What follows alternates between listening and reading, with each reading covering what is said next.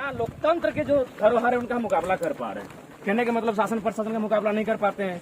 353 की धारा, तो पुलिस खुद बम फड़वाती है। 307 का धारा, तो ये कल जो शांतिपूर्ण अपना मांग के लिए धरना दे रहे थे, फिर बमबाजी अचानक होता है। देखिए, बमबाजी या तो मुझे लगता है कि जो कोल माफिया है उनके द्वारा किया गया होगा, या तो प्रशासन पर प्रेशर होगा आंदोलन को खत्म करने के लिए।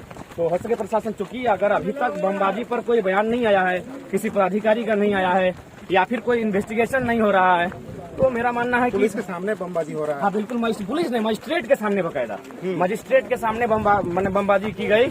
उसके बावजूद भी अगर कोई गिरफ्त में नहीं है, इसका मतलब स्पष्ट है कि या तो पुलिस के द्वारा ही बमबाजी की गई है। तो ये इसीलिए मैंने कहा कि पुलिस पे सीधे आरोप लगा रहे हैं आप। हाँ बिल्कुल, अगर आपके सामने आपके दल बल सीआईएसएफ भी खड़ी है और वहाँ अगर बमबारी हो रही है तो आरोप तो लगेगा ही आप पर।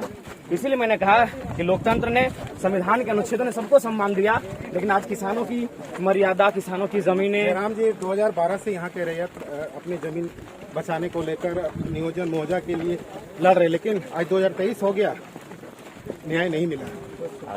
2012 तो खैर हमारे भौरा, जहाजटार, गोरखुटी इस आसपास के रैयत लड़ रहे हैं, लेकिन जब से भारत देश आजाद हुआ है तब से हमारी लगातार रैयत कोल जो बीसीसीएल रहे, कहीं सीसीएल इकाई है, कहीं ईसीएल है, लगातार हम लोग लड़ाई लड़ रहे हैं। और हमारी लड़ाई थोड़ी कुछ असंवैधानिक लड़ाई नहीं है, ना ही हमारी लड़ाई कोई माने भारत के कानूनों के व्यवहार के खिलाफ है।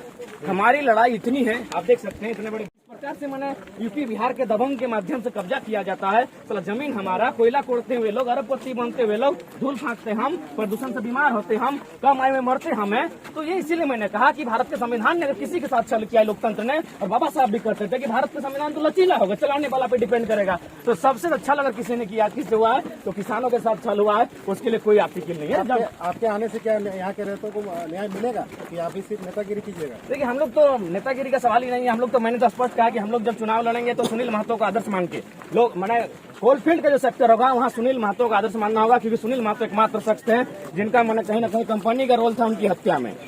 तो इसीलिए हत्याओं के लिए हमें तैयार रहना होगा। ये हत्याएं नई बात नहीं है। चाहे शक्तिनाथ महतो की बात करें, बकायदा टाटा का जो कोयला कंपनी है उनका रोल था उनकी हत्या में। क्या मांगे यहाँ से? आज दूसरे दिन ट्रांसपोर्ट और कोयला उत्पादन भी बंद है। बंद ही रहेगा, बंद रहेगा, ठप रहेगा जब तक वार्ता नहीं होगी, जब तक मुआवजा नहीं होगा, जब तक नियोजन नहीं होगा, जब तक प्रदूषण कंट्रोल नहीं होगा। ये इंसान है, इनको जीने का अधिकार है। आर्टिकल 21 के अनुसार जीने का अधिकार है, यहाँ के जीने का अधिकार छीन रहे हैं।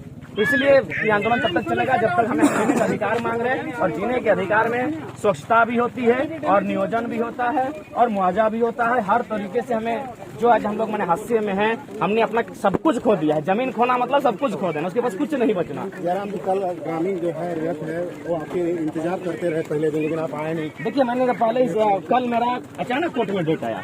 अब मैं क्या कर सकता हूँ, मुझे कोई जानकारी नहीं थी। मैं कोडरमा से आ रहा था, रात को हमारे जो 22 लोगों का नाम है, उन्होंने फोन किया कि नहीं आपको कल डेट है। क्या इसमें भी आपको रोकने के लिए कोई साजिश लग रहा है? संभावना है, जो कि अचानक डेट आया तो हो सके उनके तार बहुत दूर तक पॉसिबल है, सुने दिल्ली तक है, सुने की दिल्ली के में बैठे एक केंद्रीय मंत्री तक यहाँ के जो कोल माफिया है उनके तार हैं। तो संभावना है, कुछ भी हो सकता है। देखिए, न्याय मिले या ना मिले खो दिया है, और हम क्या मांग रहे हैं? इतने बड़े भूभाग को खोने के बाद हम एक मामूली से नौकरी मांग रहे हैं, हम मामूली से नियोजन मांग रहे हैं, और कुछ मुआवजा मांग रहे हैं ताकि हमारा जीवन यापन चल सके। ये सब तो कुछ मिला नहीं, बदले में लोगों को प्रदूषण मिल रहा है, डस्ट मिल रहा है। हाँ बिल्कुल, बकायदा हम जितने भी लोकतंत्र के चौथे स्तंभ आए हैं, मैं उनसे निवेदन करना चाहूंगा, मैंने निवेदन करना चाहूंगा कि गाँव में जाके बकायदा रिपोर्टिंग करें, और किस प्रकार से यहाँ की साग सब्जियों में प्रदूषण है, किस प्रकार घर के आंगन में है, छत में है, दीवार में प्रदूषण है। यानी यहाँ के आदमी का जीवन बिल्कुल मौत के बराबर जी रहा है। इसीलिए मेरा मानना है इस क्षेत्र को सबसे पहले विस्थापित भी किया जाए, संभव है तो इन्हें बकायदा एक जो सरकार की विस्थापन नीति होती है उसके तहत इन्हें जमीन भी अलॉटमेंट किया जाए, बकायदा उसमें घर बनाकर दिया जाए। हम लोग विकास की विरोधी हैं। कोयला उत्पादन कर रहा है यहाँ के जनप्रतिनिधि का जरूर सपोर्ट होगा। जनप्रतिनिधि का सपोर्ट तो होगा ही होगा। जनप्रतिनिधि तक टैक्सी में पैसा आता है, पैसा आता है, ये स्पष्ट बात है। आज अगर सबसे ज्यादा अगर कहीं है कोई चर्चित है तो यही आउटसोर्सिंग, ये जो कोयला का डिजिटल जिसको दी है, ये सबसे अच्छा जहाजटार में जो कोयल का खनन होता है, ये पूरे भारत देश में नहीं बल्कि बाहर भी इसकी चर्चा होती है। क्यों? क्योंकि यहाँ बड़े पैमाने पर कोयला है, और स्पष्ट है कि आज मेरा मानना है और ये सबका मानना है, अंदर खाने से बात की चर्चा होती है कि बड़े बड़े पदाधिकारी, ब्यूरोक्रेट से लेकर पॉलिटिशियन जो है उन तक चंदा जाता है।